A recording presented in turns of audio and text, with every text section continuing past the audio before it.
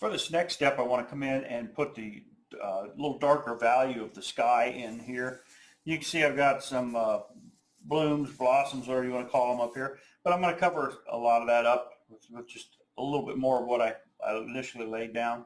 So that'll just kind of go back into the clouds and be texture basically.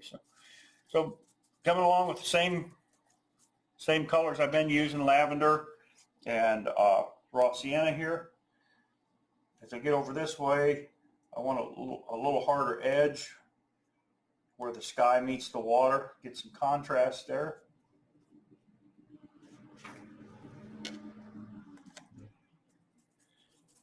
Mix up a little bit more. And you know, I could actually take and put a little burnt sienna in there, kind of modify it a little bit.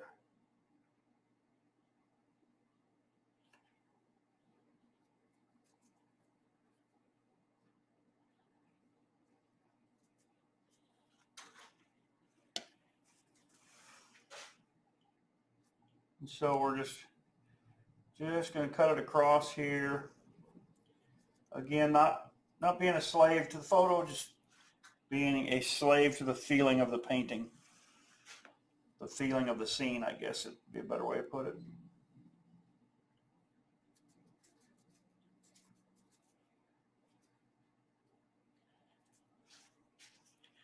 Trying to get a feeling of clouds happening up there in the sky.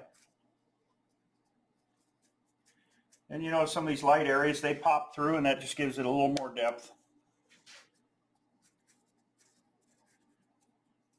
Don't think you've got to be perfect. And when we get over here, the water and the sky start to blend together. It actually starts right about in here, I think it's safe to say. So I'm just going to kind of start that process just by thinning the sky color down a little, pulling it down into the water here.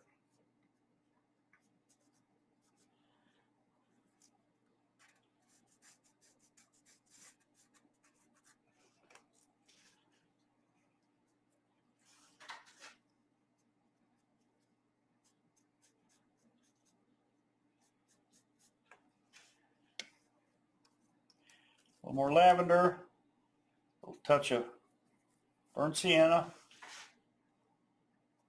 Just kind of deepens the value of it a little bit. Trying to make those clouds just a little, or not clouds, but the watery ripples down there stand out just a little bit more.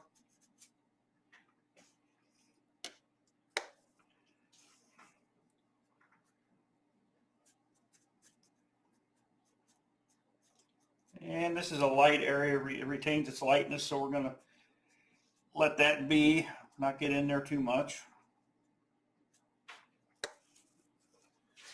And come over here, drop that in.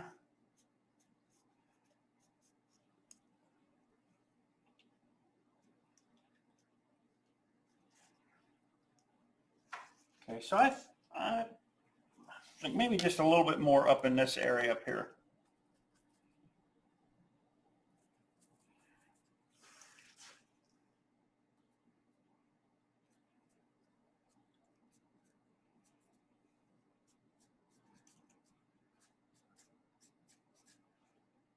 So we've got a nice, I think it's a nice stormy sky going on up there.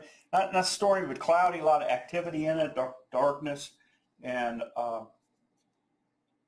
there's cloud shapes that are peeking through, and that's good.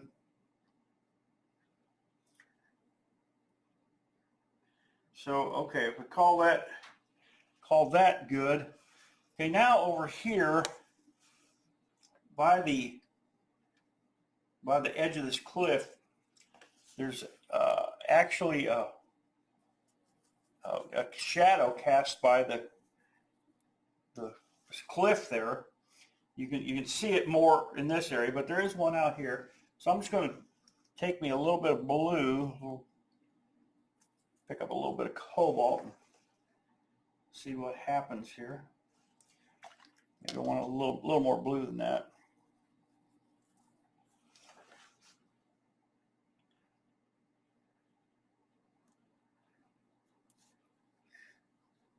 Actually, what I can do is carry this all the way up, because this is going to get darker. So it's just going to kind of start setting the stage for it by shading that cliff in. It may even help to give me some of the feeling of the mist that's flying up there.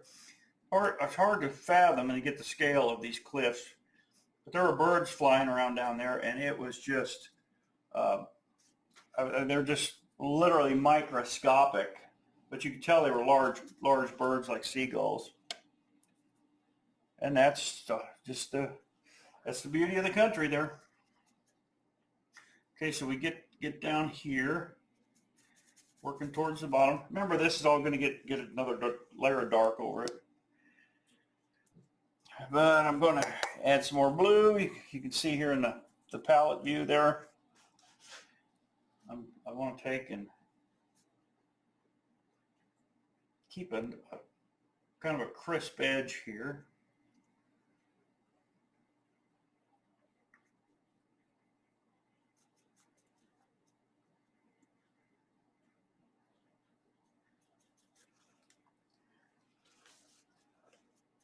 About like that. And I'll throw a little variety in there. Keep it kind of loosey-goosey.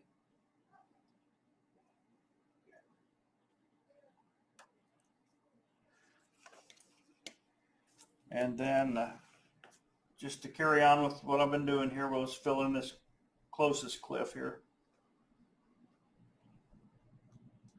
They just all kind of run together.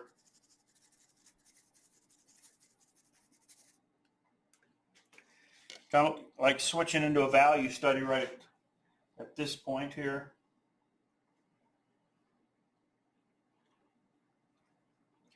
And then across the foreground here, we can, even though it's going to get some green in it, we can just kind of set the tone. We can kind of carry that across as well.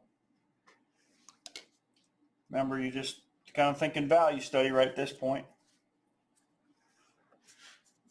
Just getting values moving in the direction I want. Not the color, because it's going to get some yellow and some green in there and stuff.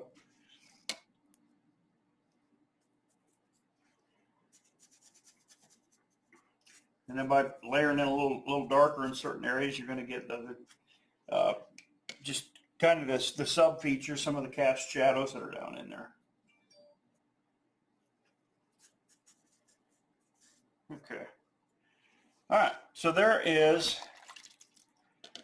I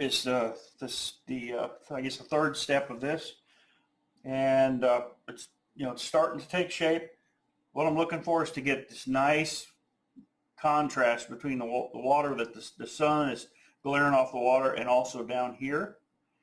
So a lot of that will happen when we put these darks in here.